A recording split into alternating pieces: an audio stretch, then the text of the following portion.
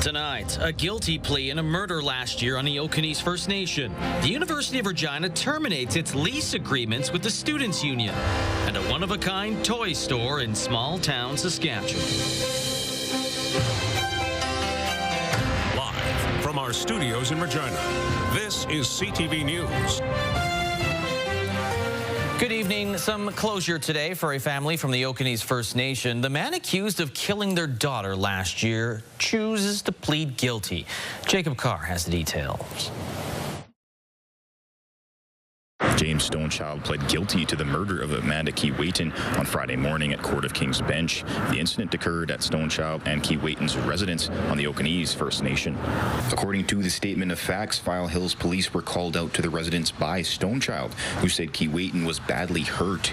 The officer who arrived on scene asked Stonechild where Keewatin was, to which he replied she was gone. And I guess you need to take me in for murder. After investigation, the cause of death was found to be multiple stab wounds. There's going to be a final submission for counsel as to the sentencing that ought to be imposed, but given that the criminal code mandates a mandatory life sentence, I expect that this is what the court will impose as a sentence, so a sentence of jail imprisonment.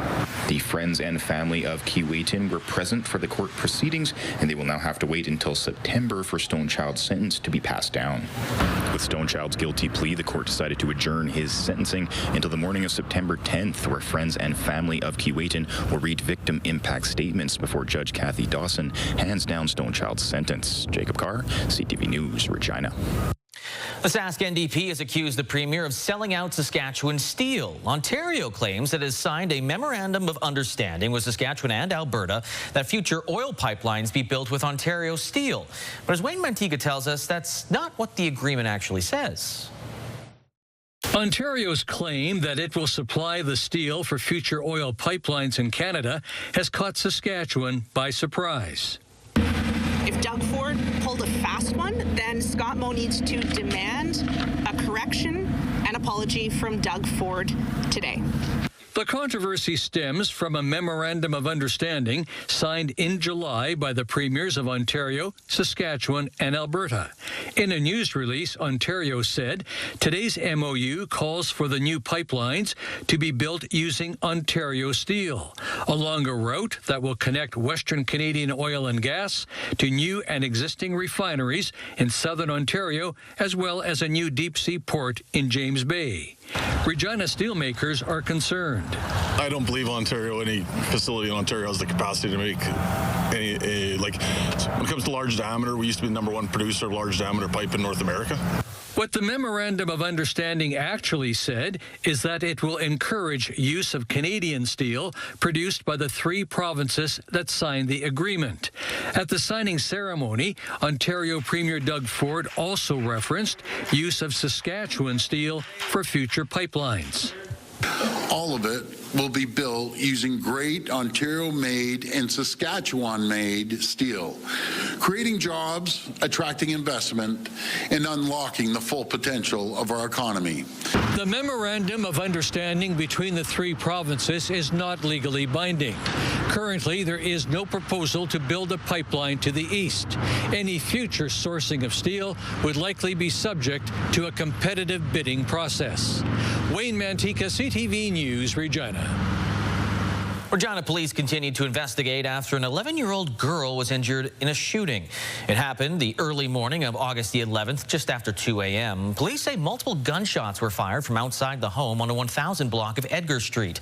Investigators are now calling for people to submit surveillance video from a wider scope around the address from the night of August 10th to the morning of the 11th. Anyone with information is asked to contact police or Crime Stoppers. Well, combines will be crossing Saskatchewan highways from field to field as harvest season is underway. Regina has more on how things are faring in different parts of the province. After months of spraying, testing, and checking crops, the harvest season has arrived for farmers like Tyler Panyuk. Well, we're kind of on schedule this year. I think maybe like it's August 13th. So there has been years that we were desiccating prior to this, but this year I think it's kind of average. The crops have been hanging on a little longer, which usually means more yield. Everybody has high expectations, but really until it's in the bin and in sound condition, storable condition, I don't really want to speculate on that, but I'm very optimistic it's going to be overall a very good harvest. The season had its ups and downs, with moisture levels always on the minds of producers. For myself, I was really concerned at the start of the growing season, as were a lot of other producers. We had a lack of moisture last fall, and our spring melt went quick. A late April snowfall and timely rainfall have helped improve conditions for some. We ended up with one very good timed rain in late June, early July, and without that, things would have been disastrous. Other regions, particularly on the western side of the province, haven't been so lucky, facing dry conditions through much of the summer. Regardless of the condition of crops, harvest can take a toll on farmers' mental health. There's always a rush against the clock. Mother Nature, with forecasts, the rush is on and the push is hard to get that crop in the bin. He asks that farmers make use of resources like the farm stress line when needed, especially as harvest continues well into the fall. Usually out here we're always done like first couple days of October, but that's one thing you never know when you're farming up here. We're always battling winter. Regina Pats, CTV News, Yorkton.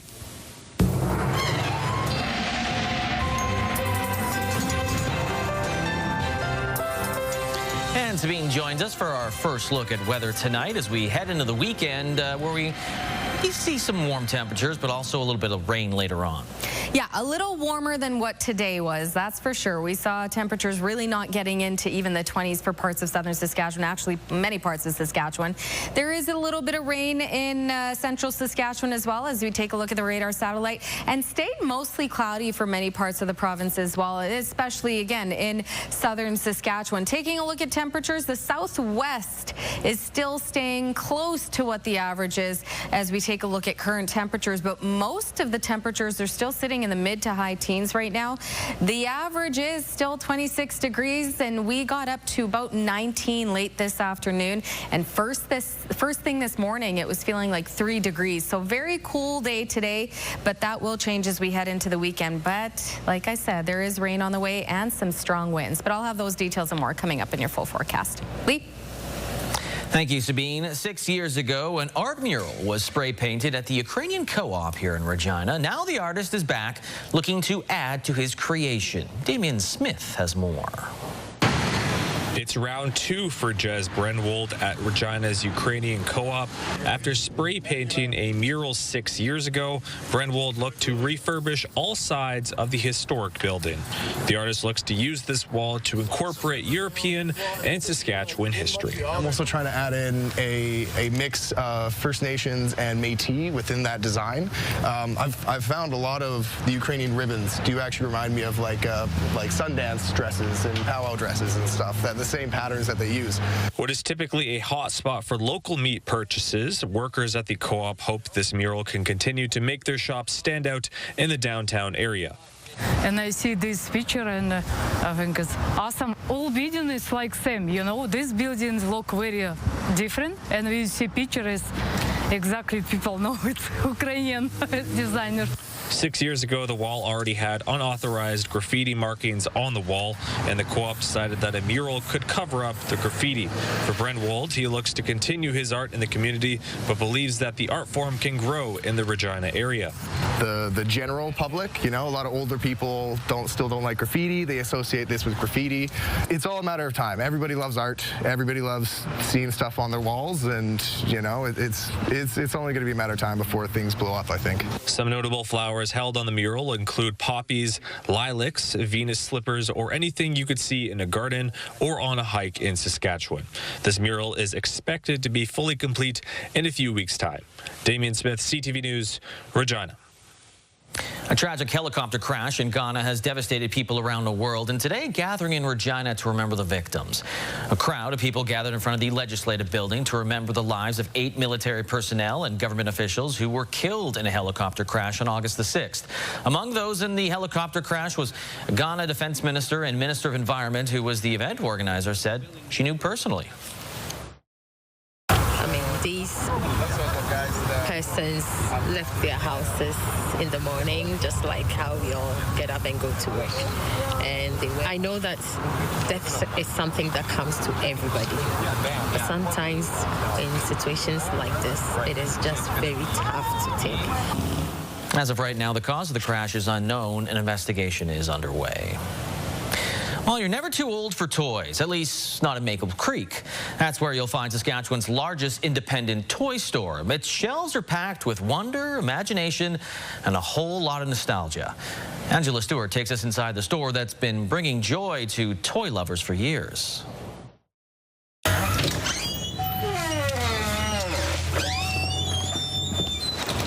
Colorful displays, stocked shelves, and the unmistakable feeling of fun await anyone who walks in the doors of Cowtown Kids Toy and Candy. People come in and they're just like, wow, I can't believe this is all here. I mean, people told me about it, but it's just, it's totally different when you can step in and experience it.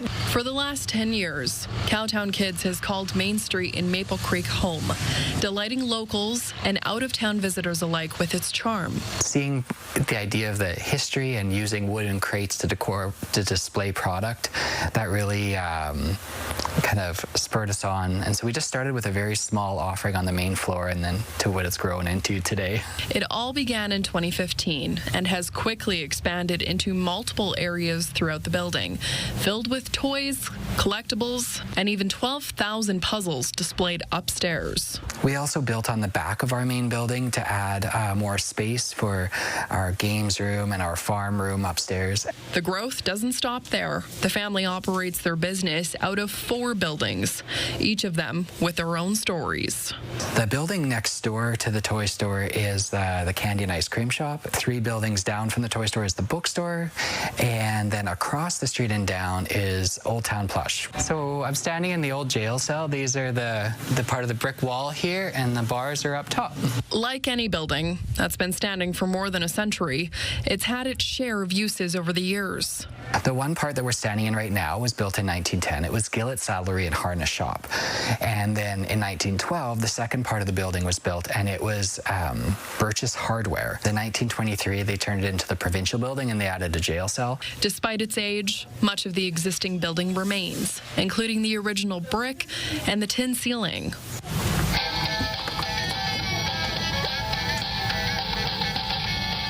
And while much has changed over the years, one thing's certain, the biggest joy comes from the smallest customers. I like working at OSU Toys.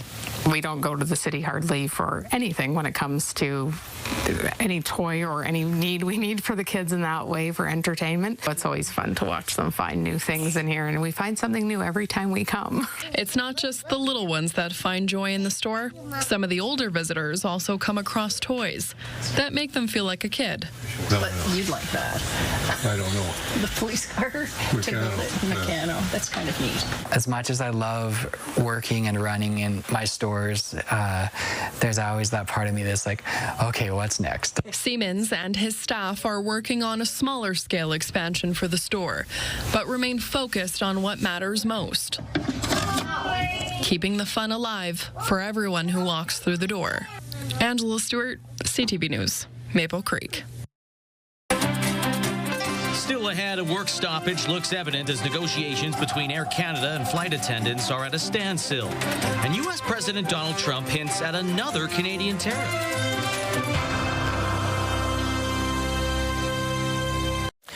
The university dropping a bombshell on social media today. The U of R announcing the post-secondary education institution is terminating its lease agreement with the student union. Mick Fable has the latest. The University of Regina's student union has received another blow just weeks before the start of the school year. Through a social media post and email to the university community, President Jeff Keshin declared effective immediately the termination of its main lease agreement with URSU. URSU must vacate its office and commercial space. That includes the multi-purpose room and the Lazy Owl, which will remain closed until further notice. The message went on to say tenants such as the Carillon, the Women's Center, and URSU will continue to operate on the premises. This is the latest move by the university since it stopped payment of operating funds to URSU in April, following an auditor's report highlighting URSU's increased deficit spending. The university said the deficits were not sustainable and it had a responsibility to students to intervene. Earlier this month, a judge denied URSU's request for an injunction to resume payments from the U of R, meaning the union would not receive operating funding.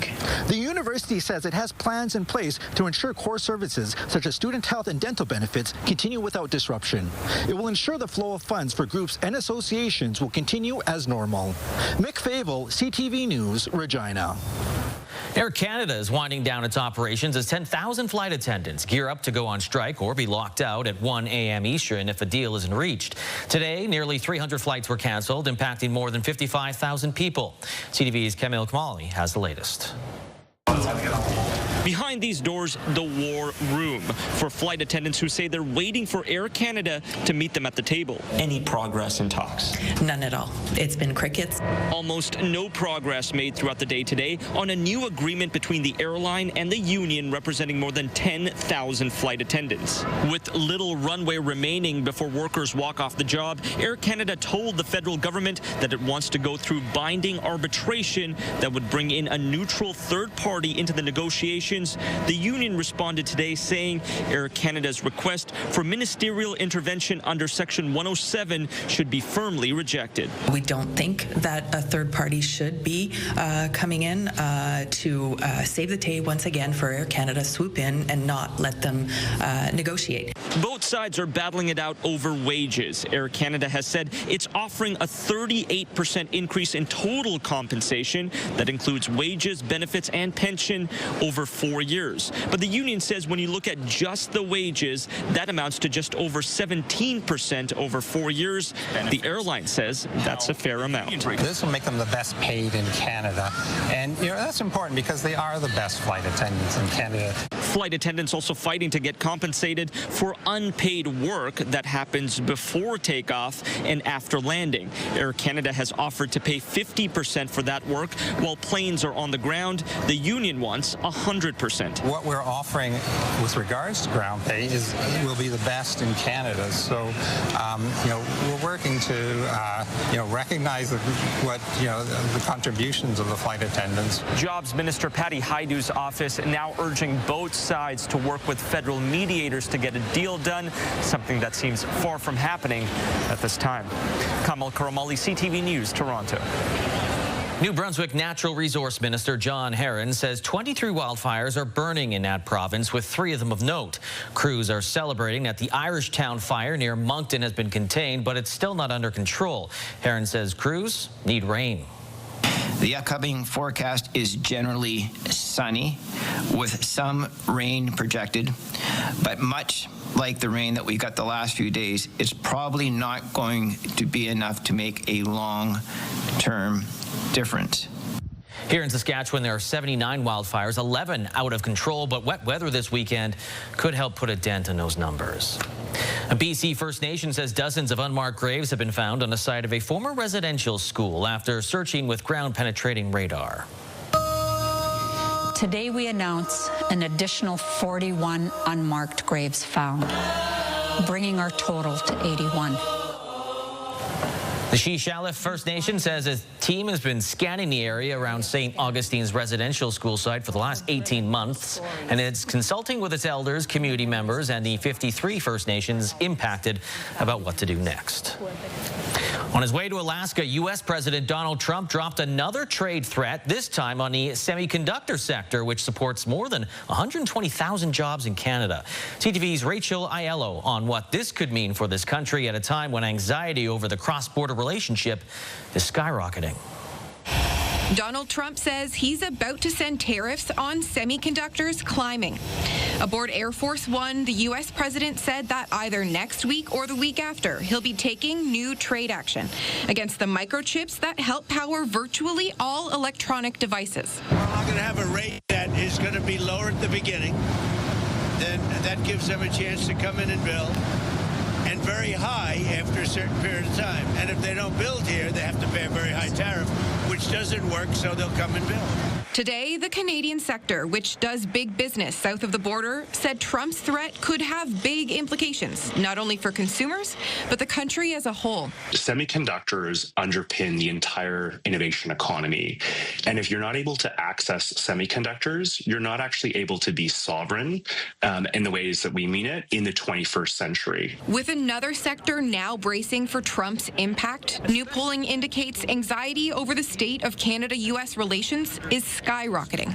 Nanos' latest numbers show that in the last month, Trump and the state of trade talks overtook the economy and jobs as the top national issue of concern. Knowing that as time goes by and as Canadian jobs are at risk because of this trade uncertainty, that there will be increasing pressure for the government, not just to get some sort of deal and to bring stability to the relationship, but to also help industries that are currently suffering as a result of Donald Trump. Nick Nano said that while the Liberals still have a sizable advantage over the other parties in the polls, succeeding or failing on the Trump file is shaping up to be the first defining test for Prime Minister Mark Carney. Rachel Aiello, CTV News, Ottawa. Brazil is talking with Canada about resuming free trade negotiations with South America's Mercosur bloc, which includes Brazil, Argentina, Uruguay, Paraguay, and Bolivia. Brazil's Foreign Trade Secretary says Canada's International Trade Minister, Manadir Sidhu, will visit Brazil on August the 25th. Two senior diplomatic sources say formal negotiations could resume in late September or early October.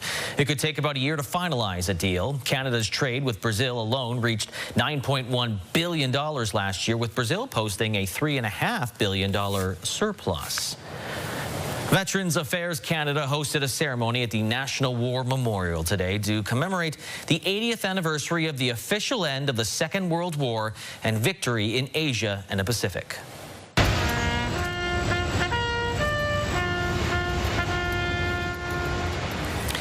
MP Marie-France Lalonde delivered remarks and laid a wreath on behalf of the federal government. More than 1.1 million Canadians served the country's war effort from 1939 to 1945. That's roughly 10% of the population. Around 45,000 were killed. And a Washington, D.C. man has been charged with felony assault after throwing a sub sandwich at a federal officer. In retrospect, he's going to say, hey, why did I do that? But at the time, mentally, he's like, hey, this is my city. Don't want you here. In this video, the suspect appears to yell at the agent before throwing his sub at point-blank range. President Trump has ordered federal officers and the National Guard to patrol the American Capitol to curb so-called crime. The suspect faces up to 8 years in prison for the alleged assault. No word yet on what kind of sub it was. Coming up, how a sewing machine is helping a refugee achieve her dreams in Canada.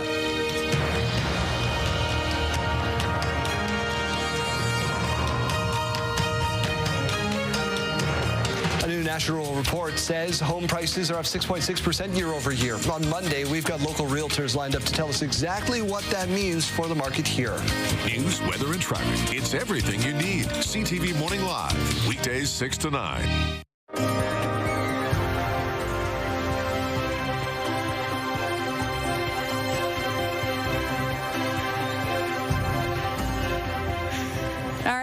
We're going to take a look at your forecast heading into the weekend. It was mostly cloudy today in the Queen City and actually really many parts of the province.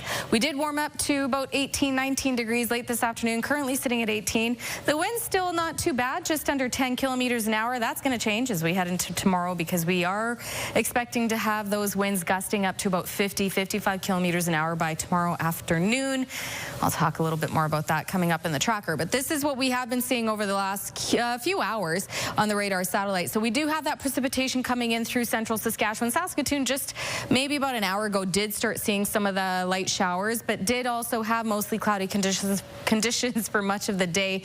And then as we head into tonight, this is basically where we're going to be sitting at. So as we head into the evening, most of that system that is bringing the rain into central Saskatchewan will start to break up, but we do have some pockets of rain coming through the Assiniboia area, and Assiniboia looks like it's going to get the bulk of what's to come over the next couple of days. There's a few storm pockets expected to come through, and I'll show you that as we head into Saturday night. But this is early morning tomorrow, so there is a slight chance first thing in the morning around the Regina surrounding areas. We will see some scattered showers coming through, and then heading into later in the morning, we'll see continued rain in the Parkland area around Yorkton, expecting to see some showers. Now, these aren't large systems that are going to be leaving huge amounts of rain. Again, that'll change for the Assiniboia area. You can see by Saturday evening, there is some more rain coming in from the south. So Assiniboia could expect to see some rain there.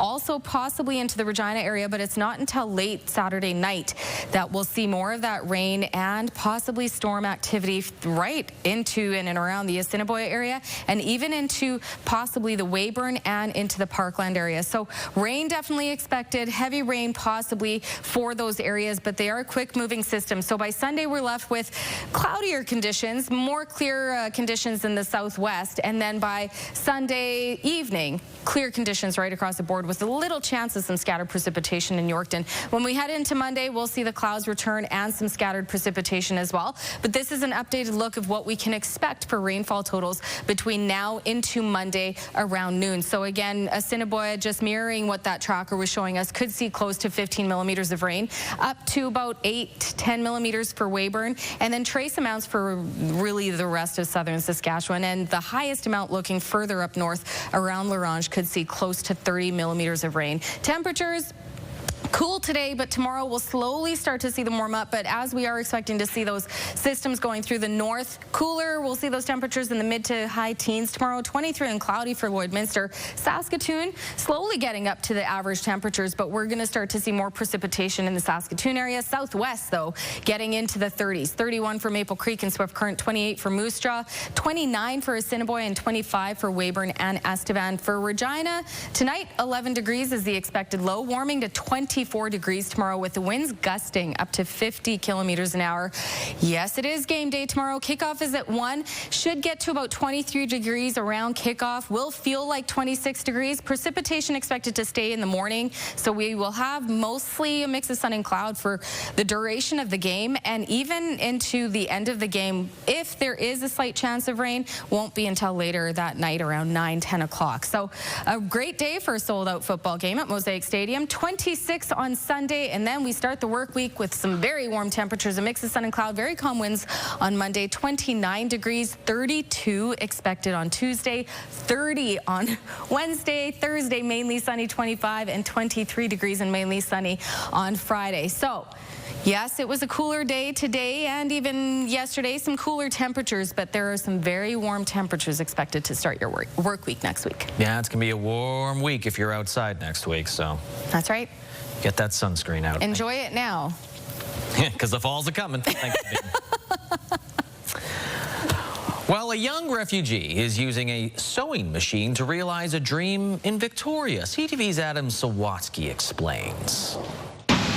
That's one picture of me. I was a year and 3 months. And not long after he posed in front of a picture of a city, Ali Alaj Obed started seeing the real buildings bombed. In Syria, all I can remember is the war. And never forget the friends and family he lost. I really don't prefer to talk much about it because it really hurts. Well, his family eventually found temporary safety moving to Turkey. Ali had to start working full-time to support them when he was 12. Scary, tough. You were just a little boy. Yeah.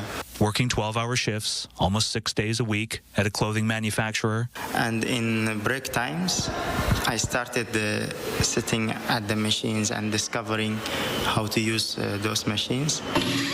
Ali taught himself how to sew before designing and crafting clothes for his mom and younger sister when he was 13. It felt a big achievement. He got so good, Ali was promoted to manager at 17.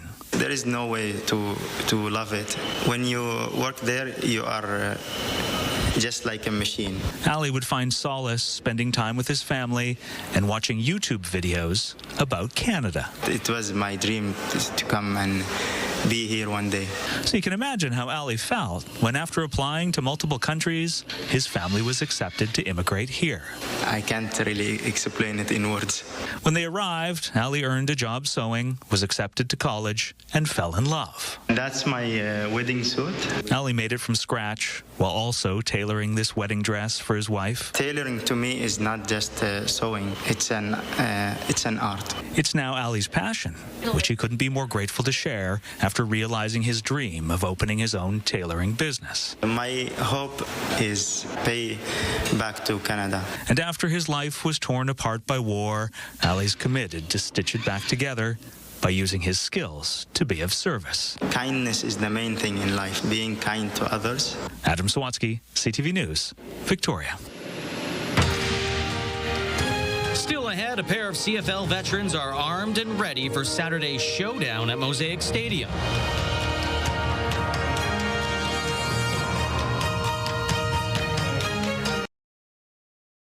Wardrobe consideration in part by Colin O'Brien Men's Shop. The Riders won't be making any changes to the lineup on Saturday, keeping the same roster that earned a decisive win 2 weeks ago in Montreal. As Donovan Mace tells us, at the top of the marquee will be two veteran gunslingers playing some of the best football of their careers.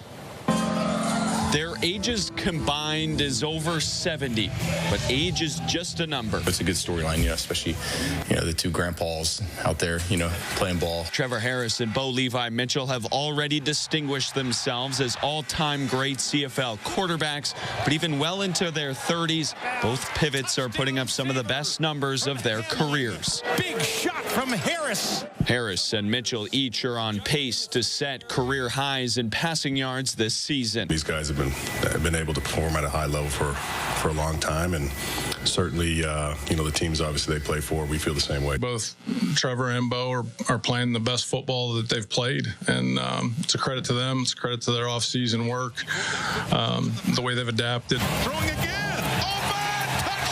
Setting up a matchup Saturday at Mosaic between two potential MOP candidates. I just don't think about that stuff. I'm too old to kind of sit here and wish for individual accolades. To say that I'm thinking about that or, trying to steal votes or whatever, I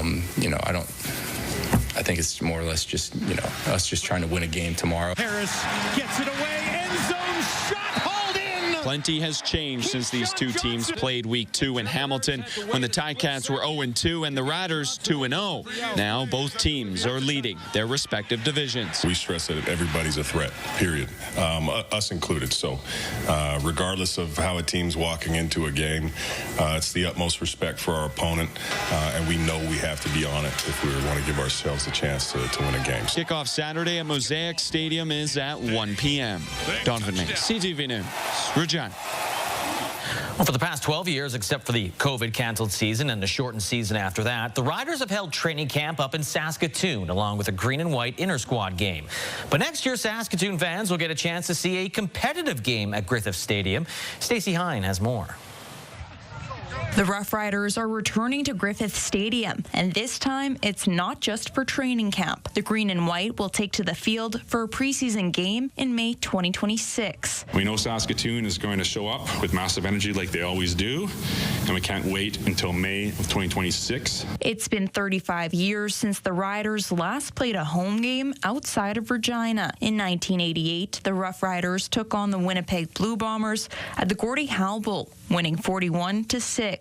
Each year, Saskatoon would be home to a CFL preseason game until this match in 1991, ending in a dramatic late touchdown win for the Riders. Mayor Cynthia Block says the city is ready to host the event once again. I know Saskatoon is going to be more than ready to roll out the red carpet and make sure that our neighbors across this great province are treated to the warm hospitality of this city. The Riders CEO says discussions about bringing back a preseason game to Saskatoon have been ongoing for years, but the opportunity arose when an extra home game was added to next season's schedule. The Riders typically host 9 regular season games, but with the Toronto Argonauts Stadium holding the 2026 FIFA World Cup, both of the teams' matchups will now be played in Regina. Meanwhile, the Saskatchewan Huskies head coach says the team is excited to share their turf with the Riders. It is an absolute pleasure when we we move out of the building and have these guys move in. It's aspirational for our young men. The team says the full 2026 season schedule, including the dates of the preseason game, will be unveiled in the off-season. Stacey Hine, CTV News, Saskatoon. Game 1 of the WCBL final took place last night at Curry Field in Regina between the Red Sox and Sylvan Lake Gulls, and it went down to the wire. Offensive player for Regina tonight, and that one is out of here. Matthew Fox, 5 for 6 with a home run, but it would not be enough for the Sox. Sylvan Lake tied the game in the 6th and then plated one in extra innings to win Game 1 3-2. Despite the loss, the Sox remain hopeful. We needed a hit here and there. We had like runners first and third, nobody out, and we had another couple opportunities. So just baseball, they pitched well, we pitched well, and it was an outstanding ball game. Especially considering the last series we just had against the Berries. We lost the second one at home and then had to go beat them at their place. It's the same thing, got to go to their place and take 2 against them in a row, so we got to do it. Game 2 goes tonight, 7 o'clock in Sylvan Lake, and if the Sox win, Game 3 goes on Saturday. And Regina Pats made it official today, announcing they have signed forwards Maddox Schultz and Liam Pugh to WHL scholarship and development agreements. The Pats selected local product Maddox Schultz first overall in the 2025 WHL prospects draft after a banner year that included a TELUS Cup title with the Pac Canadians. Then after a trade, the Pats received the 3rd overall pick and decided to pick up Liam Pugh, giving Regina the top 2 ranked forwards in the prospects draft. Now, although underage players, both are eligible to play up to 34 games this season for the Regina Pats. Coming up, trying to increase the numbers of a bird of prey in Alberta.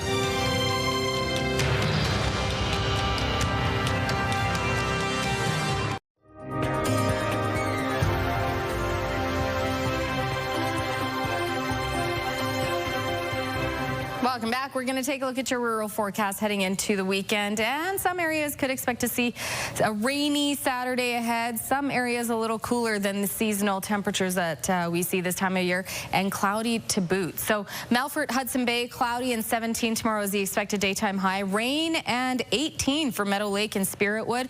Much warmer in Kindersley, a mix of sun and cloud, 28 degrees expected there. Watrous could see a risk of thunderstorm, 24 is their daytime high. And Outlook, a mix of sun and cloud, and 27 is expected to be the daytime high there, but much warmer the closer we get to the southern border. 30 degrees for Leader, 31 for Maple Creek, 29 for Cornack and Assiniboia, but still a little cooler up in Kenora, 19 degrees with a mix of sun and cloud, and for Lumsden and Pilot Butte, 24 and a mix of sun and cloud there. If we take a closer look at Capel, located just east of Regina, and where internet speeds up to 1 gig are available through SaskTel. Tomorrow, 21 degrees is the expected daytime high. Mix of sun and cloud, winds picking up to 50 kilometers an hour, and by tomorrow night, the rain arrives in the Capel area, and it could be anywhere between 5 to 10 millimeters of rain.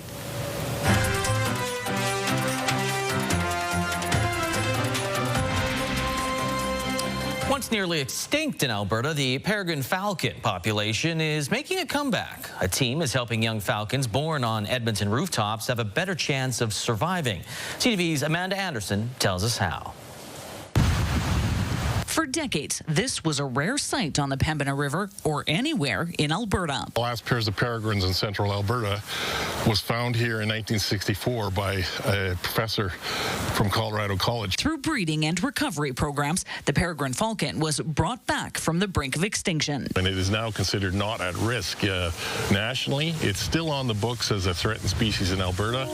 We were very, very close to getting it off the list of threatened species until 2022, when we had an outbreak of highly pathogenic avian influenza, which is the bird flu, and we lost about 30% of our adults. In 2011, the team set up what's known as a hack site high above the Pembina River. Reasons we have signs here saying no trespassing, because it's very important that we don't disturb them before they take that first flight, because the worst thing can happen is they get frightened off the box and fly to the horizon, and we may never see them again. Each year, they collect all but one young bird from nests in Edmonton and nearby industrial sites to bring here, away from buildings and traffic where it's safer. 12 were recently released from this site. We drop that mortality in the urban and industrial sites, and then we know that the males especially will return to areas where they learn to fly, and that tends to get them coming back here. And then if it's occupied, this cliff is occupied, they'll go down the river, occupy a new one. Steve Schwartz leaves frozen quail for the falcons and monitors them every day from a nearby homeowner's lookout. It's work those involved say is rewarding. Peregrines nested here last in 1964, and we had a pair show up 50 years later because of our efforts here. We had a wild pair of peregrines that were nesting in the valley. And we see a lot of our young come back as 1, 2, 3-year-old birds. That's really rewarding. Just so gratifying to see them back where they were. Court expects it will take another 4 years or so for the peregrine falcon population to recover enough to come off the threatened species list. Amanda Anderson, CTV News, Entwistle. Stocks going in different directions. The TSX dropped by 10 points, while the Dow Jones climbed by 34 points. The Canadian dollar, it went nowhere, or at least it stayed the same. It was somewhere.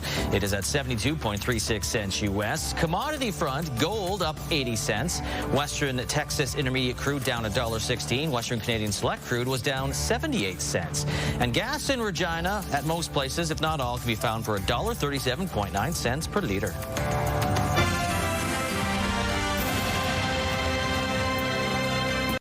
Time to play Big Bang Bingo. If you've got one, you win. That's at 10 o'clock. And Celebrity Jeopardy will start things off at 7 o'clock. An 11-year-old athlete from Saskatoon is trying to share his message with the world by winning the title of 2025 Youth Athlete of the Year. Harley Lorenz has been training in wrestling and Brazilian Jiu-Jitsu since he was about 5 years old. At the age of 8, he was diagnosed with...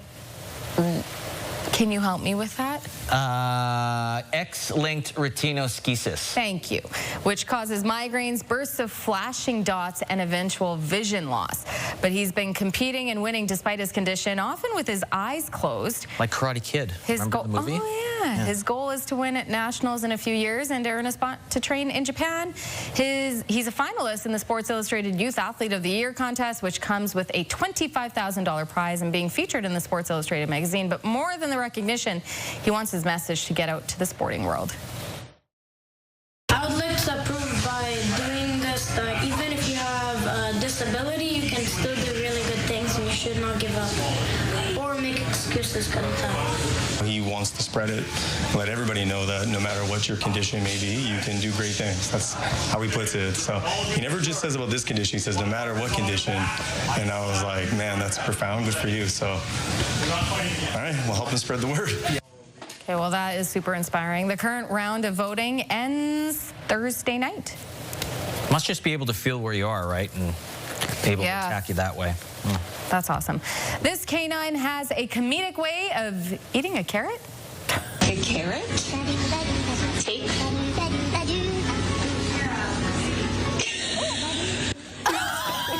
Slurp. Just disappears. Bloop. Yeah. Oh my gosh. Well, choose it at the end, so to speak. So I know, but it's kind of funny. Likes the carrots. We found that out. Dottie, that we recently got in May, likes the carrots. Really? Yeah.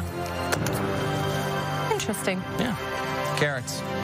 Not just for Bugs Bunny. Okay. Enjoy your weekend. That's enough.